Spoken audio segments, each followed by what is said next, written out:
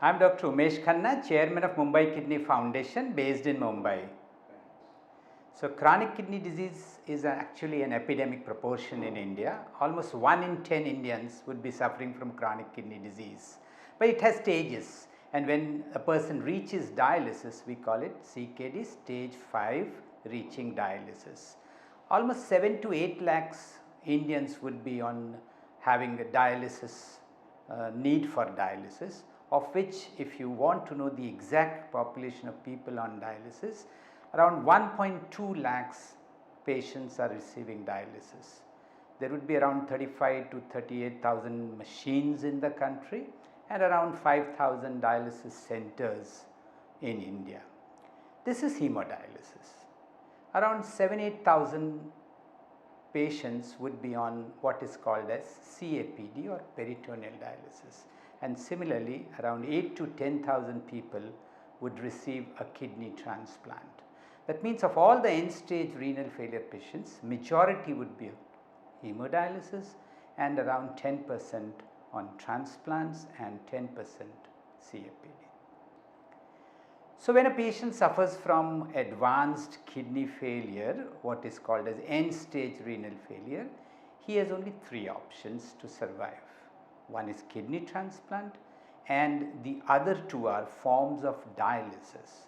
One is hemodialysis, the other one is CAPD.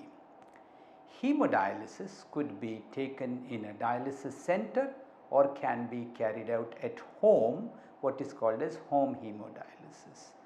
Peritoneal dialysis again can be done manually when it is called a CAPD, or can be done with a machine when it is called an automated PD. So, you have 2 kinds of dialysis and a kidney transplant. These are the 3 options for anybody who suffers from end stage renal failure. So, when you talk of hemodialysis, we are talking of a machine and an artificial kidney called a dialyzer. Now, that is a filter which helps in exchange of impurities from the blood of a kidney failure patients, and this filter has a membrane which helps in exchanging the good part from the fluid which goes into the patient's body and the toxins or the poisonous products which are removed by this filter from the patient's blood. So, that is a hemodialysis where an artificial membrane is used. Contrast to that, peritoneal dialysis uses the natural membrane of the peritoneum, which is in the form of a sac called peritoneal sac. So, we put in a simple tube into the patient's abdominal cavity, take a 2-liter bag of a special liquid, enter it into the patient's sac of abdominal sac, and the membrane is a natural membrane across which the same exchange of bad products comes out, good products from the fluid enters the patient's body, and he leads a reasonably good quality of life. So, the main difference is the membrane, it is artificial and is natural. The other thing is, in peritoneal dialysis you do not require a lot of gadgetry if you are doing a manual exchange. The automated one requires a small automated cycler or a machine. So, a peritoneal dialysis can be done even in remote areas, it is home based, it is ambulatory, that means a patient can move around even during the dialysis. It can be done for children, it can be done in adults, in elderly people who are bedridden and so on. So, there are a lot of advantages and disadvantages of each technique, and you can tailor it to the needs of an individual person. So, till now dialysis was available only to a fraction of patients. Less than 10% of end stage kidney failure patients could avail of dialysis facility. With the launch of National Dialysis Program, the government will see to it that every district hospital will have a few dialysis machines which can be donated by a NGO, or it could be run on a public private partnership basis. Thereby almost every district will have a hemodialysis facility. That would definitely increase the reach of hemodialysis in the remote corners of the country, but it would have been much better if the government would have included as a complementary treatment the peritoneal dialysis program also.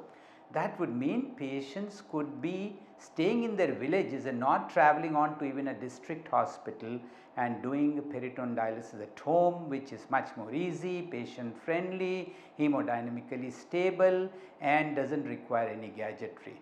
So, the nephrologists of the country are a little unhappy that the government dialysis program does not include CAPD and have launched an advocacy group trying to convince the government to include CAPD also in its national dialysis program, which would really be justice to a lot of people staying in remote corners of the country.